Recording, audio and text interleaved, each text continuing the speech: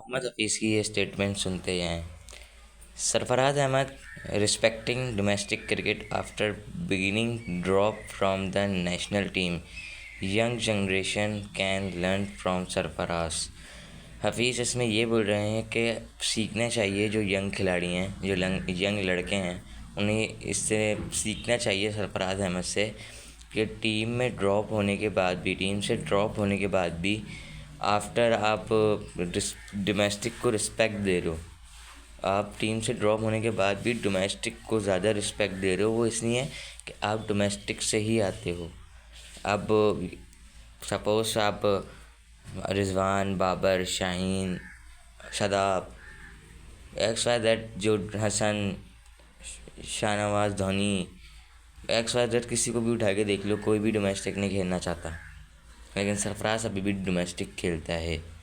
तो हफीज़ का ये कहना है कि आप डोमेस्टिक खेलो, वहाँ परफॉर्म करो, फिर जैसे शुरू से आते ना, लेवल बाय लेवल वैसे ही आओ।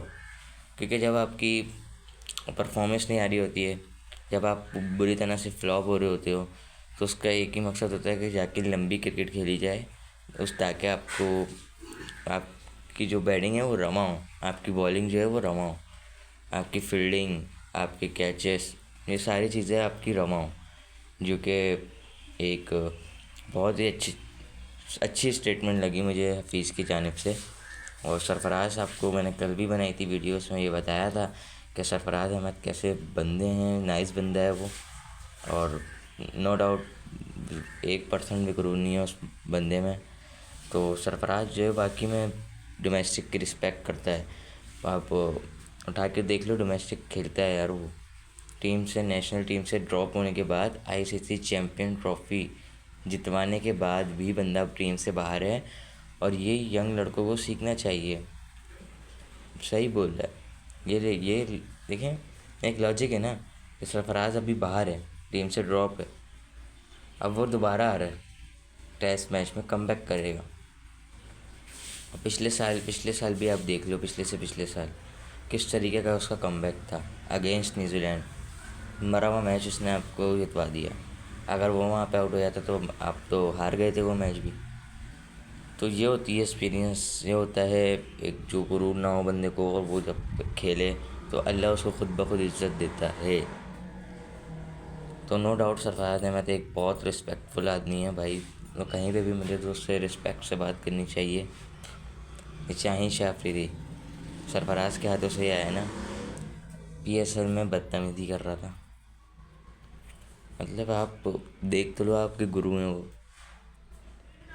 जिसने आपको सिखाया, आप उसी को आके दिखा रहे हो। तो हफीज़ की स्टेटमेंट सही है, बिल्कुल मेरे लिहाज से बिल्कुल ठीक बोला उन्होंने कि सीखना चाहिए यंग खिलाड़ियों को कि सरफराज किस तरीके से बैक कर रहा है अपने आप को। तो ये मैं बाबर को भी बोल रहा हूँ कि भाई अगर आपसे नहीं हो रहा, आप डोमेस्टिक खेलो, एक दफ़ा आओ, लेवल बाय लेवल आओ, दोबारा से चढ़ जाओ, कोई बात थोड़ी है। कितना टाइम लगेगा, 1 साल 1.5 साल, हद मार गए, लेकिन फिर प्लेयर बनोगे आप। और सरफराज अहमद लाइकली हैं कि खेलेंगे अगेंस्ट बांग्लादेश सीरीज़। तो सरफराज के लिए की मौका है कि परफॉर्म करके टीम में पक्की जगह करें। और वो जिस तरह यंग खिलाड़ियों को लेके चल रहे हैं, जैसे कि सपोज़ हसीबुल्ला, बाबर आजम भी थे उनके साथ, दूसरे दीगर खिलाड़ी भी हैं। तो अगर इसी तरह चलते रहेंगे सरफराज के साथ, तो एक तो आपको एक्सपीरियंस भी मिलेगा, उसके बाद फिर वो जो सिखाते हैं, सिखाने के दौरान अगर आप गलती करो तो भी डांट भी पड़ती है, तो वो सारी चीज़ें होती हैं, तो उससे आप सीखोगे ही। और ये मुझे खुशदिल शाह को भी बोलूँगा, आसिफ अली, इफ्तिकार अहमद, जाके डोमेस्टिक खेलें, हैदर अली, बाबर को भी बोलूँगा खेलो डोमेस्टिक, खेलो रिजवान डोमेस्टिक, शाहीन डोमेस्टिक खेलो। डोमेस्टिक जितना खेलोगे उतनी परफॉर्मेंस होगी। शादाब तो लीग के हीरो, शादाब ये सारे लीग के हीरो हैं, टीम के लिए ज़ीरो हैं भाई। हकीकत है, नेशनल टीम के लिए ज़ीरो हैं, नेशनल टीम के लिए इनसे परफॉर्मेंस ही नहीं होती। तो भाई साहब हफीज़ को खुद भी सोचना चाहिए कि जब तुम खेलते थे, तुम तो नहीं गए डोमेस्टिक खेलना, दूसरों को मशवरे दे रहे हो। चलो, बात अब सही की है, देखते हैं क्या होता है।